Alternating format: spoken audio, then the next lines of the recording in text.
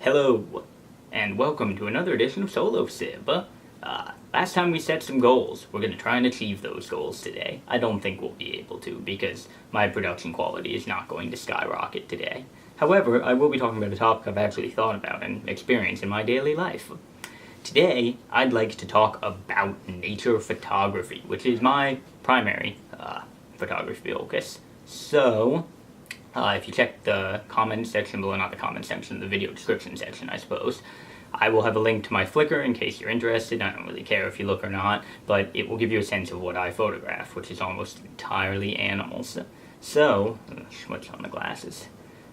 So, also, as we've said before, I ordered new glasses from Warby Parker, so those should be here sometime this week.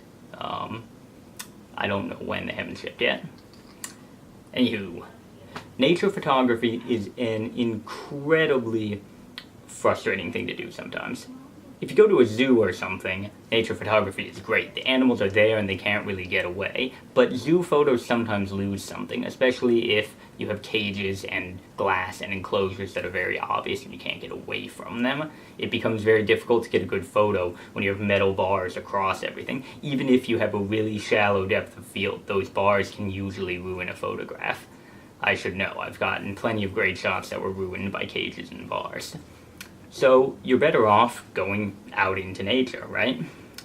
Well, something I have learned as a nature photographer is when you go out with a camera, every animal within a mile radius disappears. If I go outside with no camera, I will see all the majesties of nature. If I go out with a camera, I will see nothing.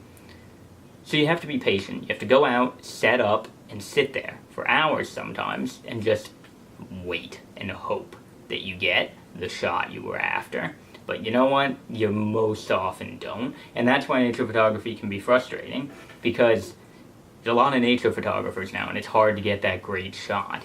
But you're also spending hours sometimes trying to get that shot. And especially if you're always going to the same place, like for me, I go in my neighborhood near the green spaces, you'll see the same animals every day. I pretty much see sparrows every day.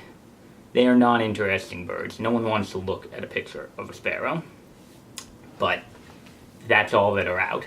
There are cardinals once in a while. I've seen one ever that really was close enough to get a good picture of.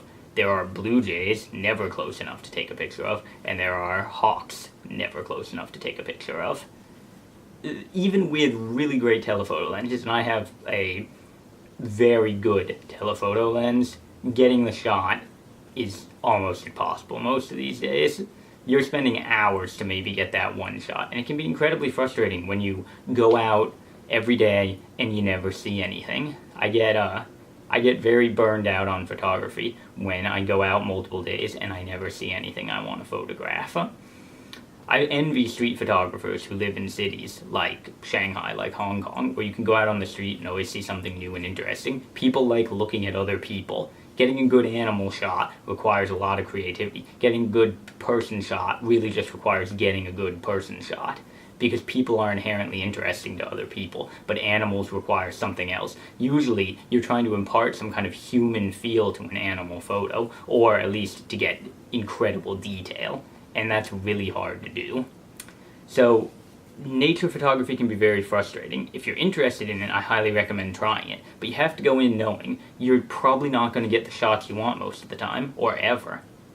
I've probably shot 10,000 shots and gotten maybe 10 that I'm really, really proud of. That's a very bad hit rate.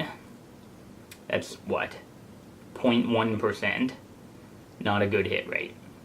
And other photographers have a similar annoyance sometimes with all of their fields. Really, even street photographers have this problem.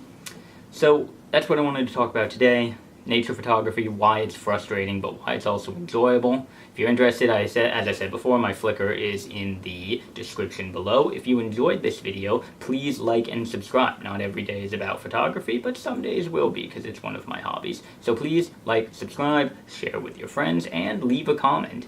And as always, have a nice evening.